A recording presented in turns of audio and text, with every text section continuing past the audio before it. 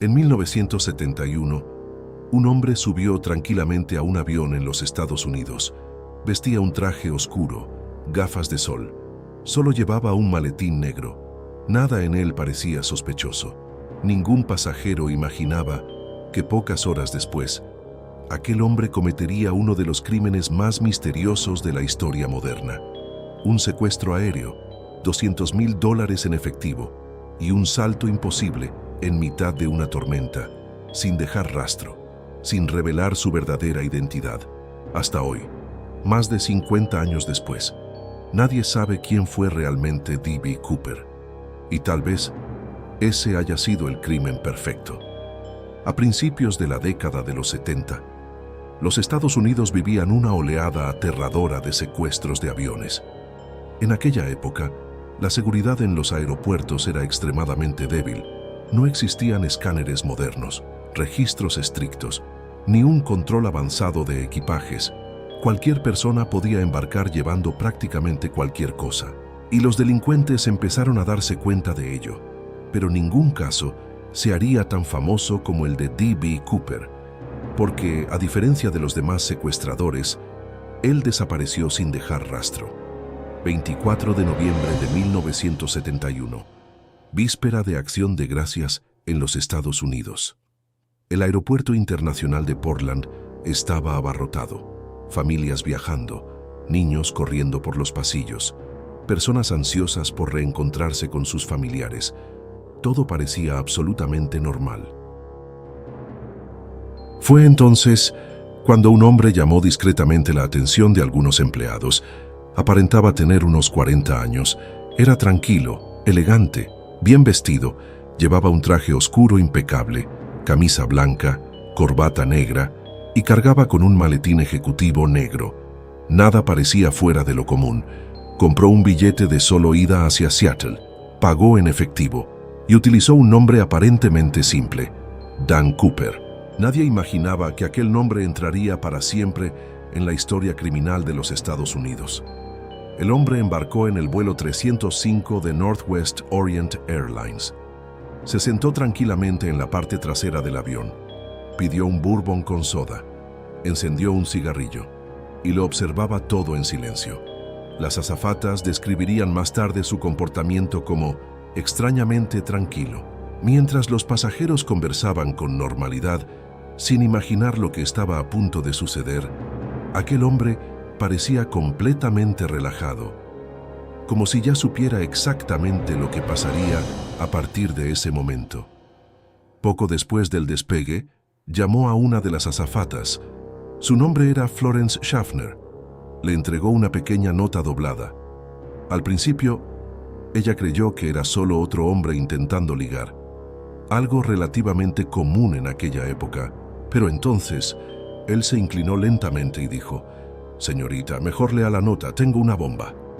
En ese instante, todo cambió. Con las manos temblando, la azafata abrió el papel. El mensaje era corto, directo, sin titubeos. El hombre afirmaba que llevaba explosivos dentro del maletín y exigía $200,000 en efectivo, 4 paracaídas y un camión de combustible preparado en cuanto el avión aterrizara en Seattle. De lo contrario, haría explotar la aeronave.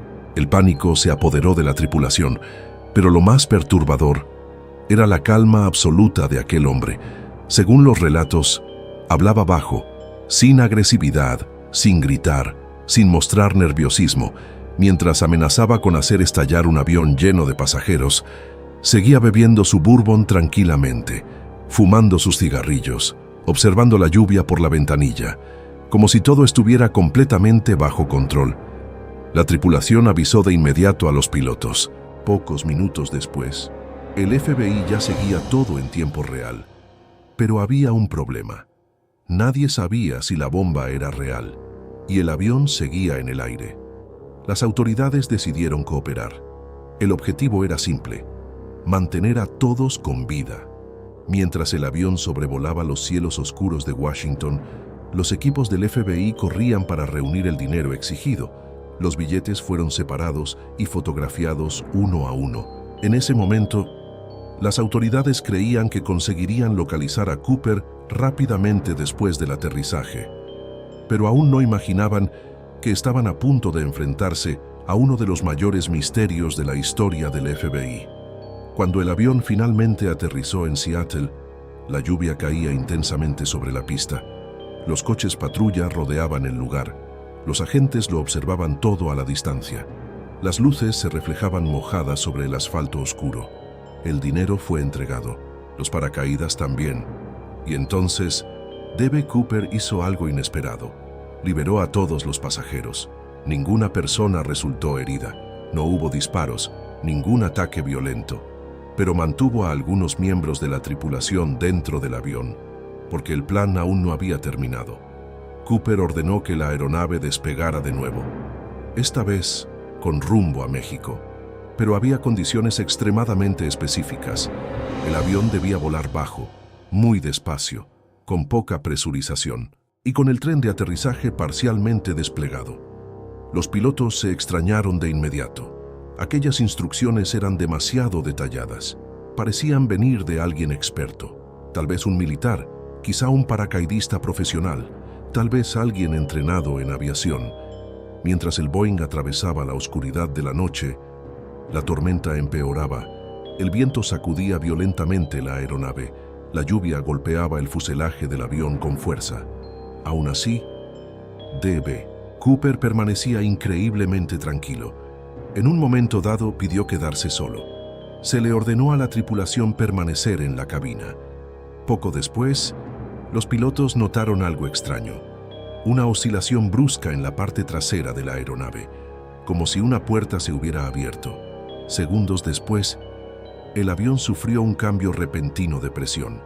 En ese instante, los pilotos lo entendieron. D.B. Cooper había saltado, en mitad de la tormenta, en la oscuridad, llevando una fortuna sujeta al cuerpo. Cuando el avión volvió a aterrizar, él ya no estaba allí. No se encontró ningún cuerpo, no apareció ningún paracaídas, ningún rastro definitivo. Era como si, simplemente, se hubiera desvanecido.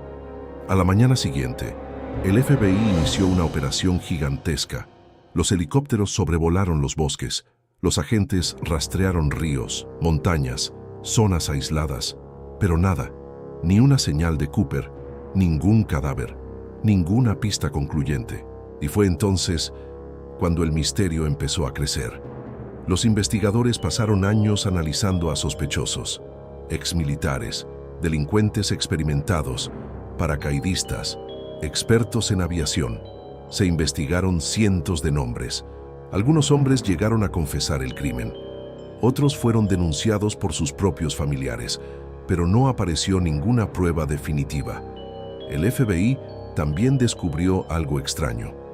Cooper parecía conocer demasiados detalles técnicos sobre aeronaves. Sabía exactamente cómo debía volar el avión para permitir el salto. Sabía qué paracaídas elegir. Sabía cómo controlar la situación sin entrar en pánico. Todo indicaba que lo había planeado durante mucho tiempo, pero había una pregunta que perturbaba a los investigadores. ¿Cómo podría alguien sobrevivir a aquel salto? Era de noche, llovía intensamente, la temperatura era gélida, el terreno de abajo estaba cubierto por bosques densos y ríos peligrosos. Muchos creían que Cooper murió al saltar. Pero entonces, años más tarde, ocurrió algo perturbador. En 1980, un niño paseaba cerca de un río llamado Columbia. Mientras jugaba en la arena, encontró paquetes de dinero parcialmente enterrados. Los billetes estaban deteriorados por el agua y por el tiempo, pero los números de serie confirmaron algo alarmante. El dinero pertenecía exactamente al rescate de D.B. Cooper. El hallazgo conmocionó a los investigadores, porque aquello planteaba aún más preguntas. Si Cooper murió, ¿cómo terminó parte del dinero allí? Y si sobrevivió, ¿por qué abandonaría parte de su fortuna? Hasta hoy, nadie ha conseguido responder a eso. Con el paso de los años, el caso se transformó en una obsesión mundial. Documentales, libros, películas, teorías. Miles de personas intentaron descubrir quién era realmente el hombre que engañó al FBI. Algunos creen que murió aquella noche. Otros creen que logró sobrevivir. y que vivió el resto de su vida de forma anónima, llevándose consigo el secreto de uno de los crímenes más misteriosos de la historia. Pero hay algo todavía más inquietante. Ningún sospechoso ha sido confirmado oficialmente. No se ha descubierto ninguna identidad real. Y tal vez el mayor misterio no sea el secuestro, sino cómo un hombre logró desaparecer por completo tras saltar de un avión en mitad de una tormenta, llevando miles de dólares en efectivo. ¿Y tú crees que D.B. Cooper sobrevivió?